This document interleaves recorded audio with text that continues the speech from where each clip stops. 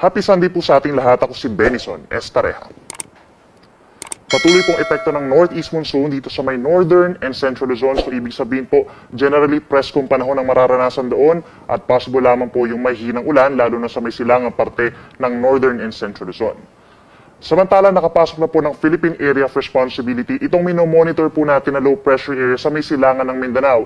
And as of 3 in the afternoon ay nasa 960 kilometers ito, silangan ng Caraga Region. Base po sa analysis sa Pag-asa, particularly sa wind forecast na isa sa ating mga binabantayan na models, ay inaasahan po ang unti-unting paglapit nitong low pressure area sa ating kalupaan, bagamat mababa naman po yung tsansa na sa loob ng 3 araw ay ito'y magiging isang ganap na bagyo. So by tomorrow evening, possible po na lumapit pa ito dito po sa may silangan ng Eastern Visayas at nananatiling mababa yung chance na maging isang bagyo.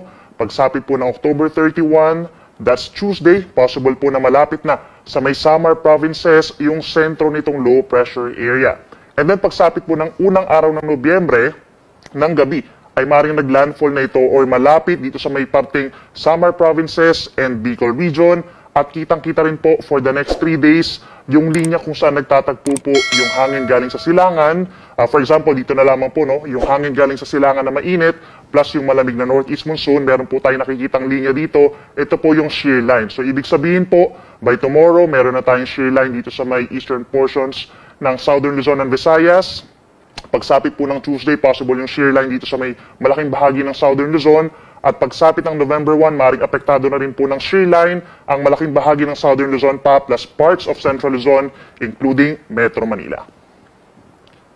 For the next 12 hours or mamayang gabi hanggang bukas ng madaling araw, possible po ang mataas na tsansa ng ulan dito sa may Batanes and Babuyan Islands. Epekto po yan ng northeast monsoon. So possible yung light to moderate rains. Ilang bahagi pa po ng Luzon, dito sa may northern Luzon and central Luzon, asahan pa rin po natin yung pulupulong mahinang ulan, lalo na sa may Cordillera region, kita itong kulay puti na ito, plus ilang bahagi pa po ng Cagayan Valley and Aurora, dulot din po yan ng northeast monsoon.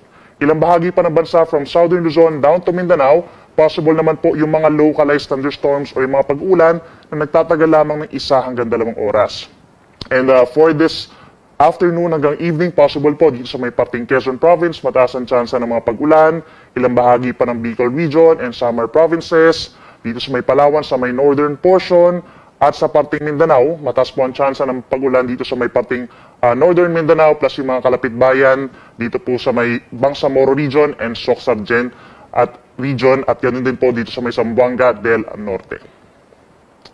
By tomorrow po, araw ng eleksyon, asahan po ang maulang panahon sa silangang parte ng Luzon. Kung dito sa Bicol Region, asahan yung kalat-kalat na ulan and thunderstorms dulot po ng shear line. Kaya mag-ingat po sa mga posibleng baha at pagguho ng lupa.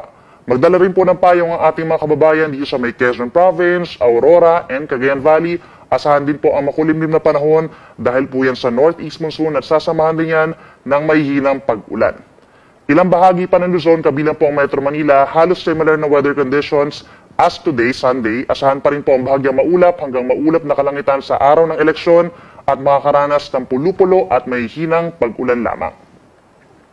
Sa ating mga kababayan po sa Visayas, by tomorrow, asahan po ang maulang panahon sa may Eastern Visayas dahil po dun sa shear line o yung linya kung saan nagtatagpo ang mainit at malamig na hangin. Kaya magdala po ng payong at mag-ingat din sa mga pagbaha at pagguho ng lupa. Dito naman sa may Western and Central Visayas, by tomorrow, asahan naman ang bahagyang maulap at minsan nagiging maulap ang kalangitan lalo na sa tanghali hanggang sa gabi at mataas din po ang tsansa ng mga localized thunderstorms. At panghuli sa ating mga kababayan po sa Mindanao, asahan pa rin ang bahagyang maulap at minsan maaraw naman na umaga na sasamahan ng mataas sa tsansa ng mga pag-uulan or pagkidlat pagkulog, lalo na po dito sa may Northern Mindanao, Caraga Region, and Davao Region. Yung mga magiging pag-ulan po nito ay hindi naman direct effect nitong low pressure area.